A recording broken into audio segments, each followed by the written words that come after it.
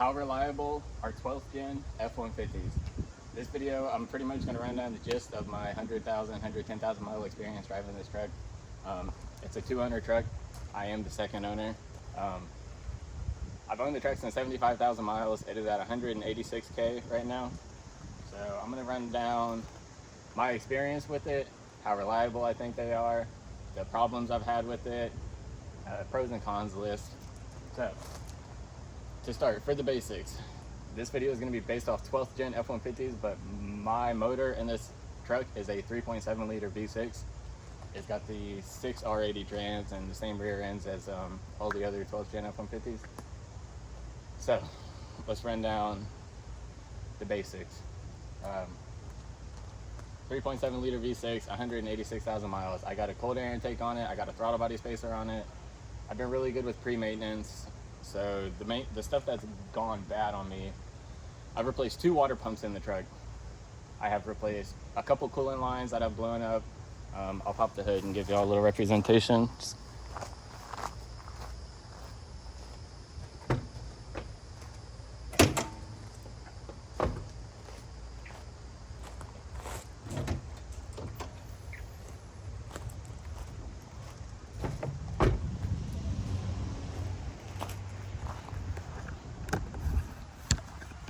So it is a 2-wheel drive V6. As you can see, it's got a cold air intake, throttle body spacer, which has some RTF on it because I was trying to make sure that everything's sealed off properly. And that's pretty much the gist of it. A lot of room in this engine bay. My manifolds are pretty rusty, but it's got catback straights on it right now.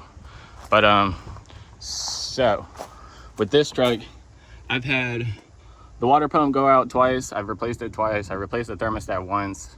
I think the stock thermostat opened at 195. The one I put on it opens at like 150 or something to cool the engine down more. So as you can see, radiator, trans cooler. But so anyways, reliability. I have used, abused, ran through, like I have taken this truck through the absolute ropes, and it is still standing here to this day, 100K later. I don't know why I never used to record the stuff I used to do in this truck, but I used to always be out in the woods, cutting up, doing mudding, all sorts of shit. I wish I would have recorded some of it.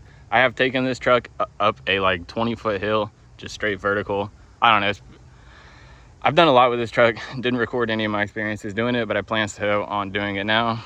But on the inside, this is a basic single cab. It's pretty basic on the inside. It's got your leather seats, base model, so everything else is pretty basic. Column shift, yada yada.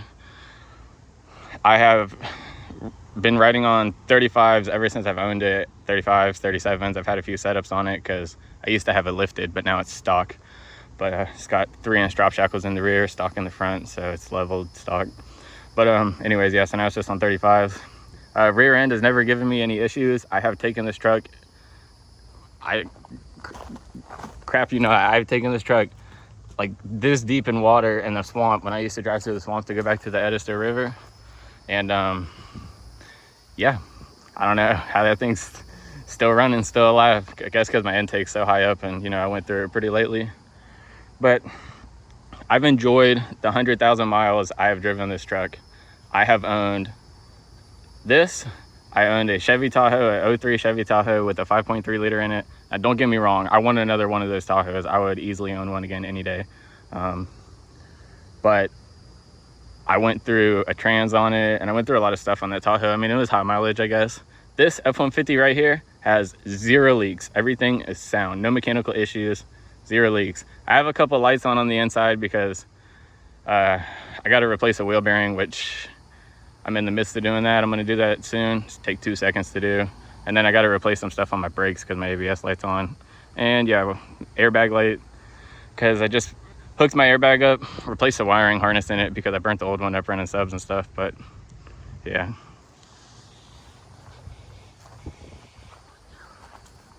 Truck's got double 5% tint. Let's see, it's 2024, this is 2012, so the truck is 12 years old, and the paint is in decent condition for a 12-year-old truck.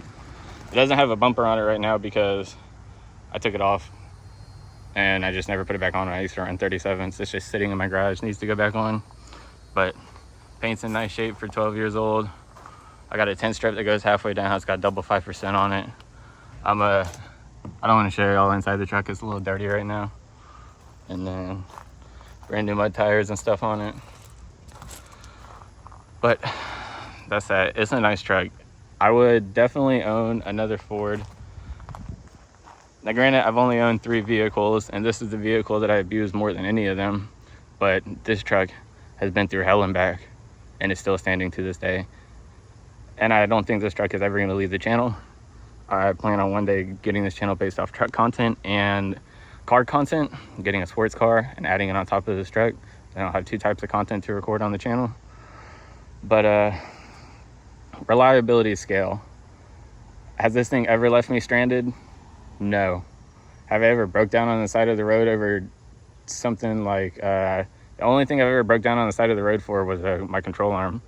When I used to have it lifted, my control arm snapped because I kind of had a cheap lift on it, but nothing really happened. And I've been really good with pre-maintenance. I put synthetic oil in it, so it's supposed to be changed every 10K, but I still change it every 5,000 miles. I change the oil filter every single time. So no leaks in the engine. Replaced the coolant lines a couple times because they've blown up because of how hard I am on the truck. This truck's had about 10 different exhausts on it right now. Right now it's got catback straights, but I ran no cats on it for about 2 years. So, you know, that thing was being abused with no cats. I mean, just more airflow, I guess. I know cats restrict airflow because of emissions and whatnot. But on a reliability scale, I'd give it a on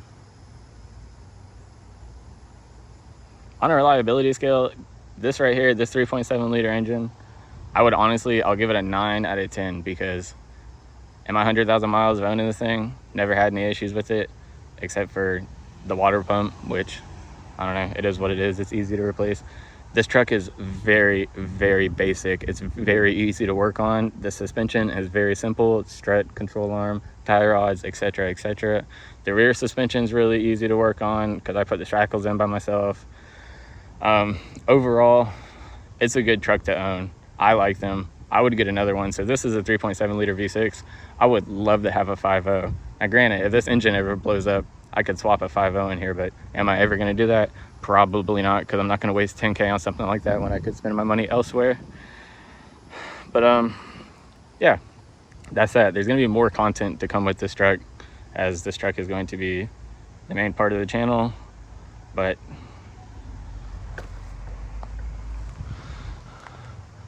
that's pretty much the gist of this video. I don't know what else I could add to it. Let me think for a second. I don't know, so this trans, I've never gotten the trans flushed. I've got the rear end flushed twice, and I've gotten my coolant system flushed a couple times because how hard I used to be on it. But I have done donuts upon donuts upon donuts for like hours and hours and hours. Now granted, I might jinx myself. Fingers crossed, knock on wood. Luckily, nothing's happened with the trans yet. I haven't flushed it because it's a sealed trans, and the truck has 186,000 miles, and I'm not going to flush a transmission with 180,000 miles on it because of the fact that it's sealed. They would have to pump the fluid out and pump the new fluid in, and you know, with the solenoids and stuff, all the dirt would be getting caught up in the little holes. And if you flush the sealed trans, you're just going to ask for problems after if you don't keep up with the maintenance like I didn't. I got the truck at 70,000 miles, 75,000 miles. I should have flushed it then and there, and then I could have kept up with the maintenance on the transmission, but I never did. So just never touched it since then, because if I flush it right now, it would give me problems and probably go out and shit on me or something. So that's pretty much it. For how hard I've been on this truck for 2 years, it's very reliable. I'm really good with pre-maintenance. I'm sure a lot of other people are too. I don't know how they would be if you weren't keeping up with maintenance or this, that, and the third.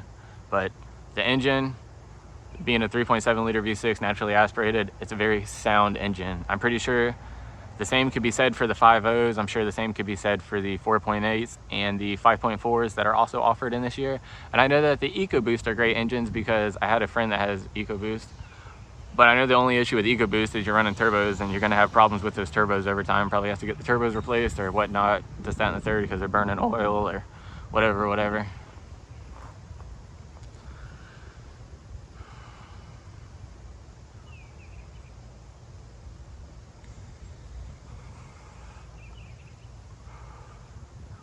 need to get my bumper put back on. I color matched that part of my mirror. I need to get a few more things color matched, but let me think.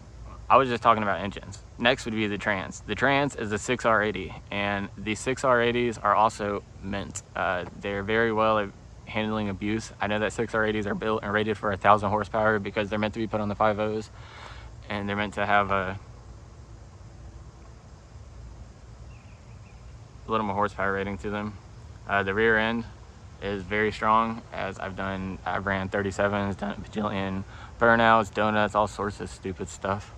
But that's pretty much the end of this video. I don't really know. I can show y'all some of the cosmetics around it.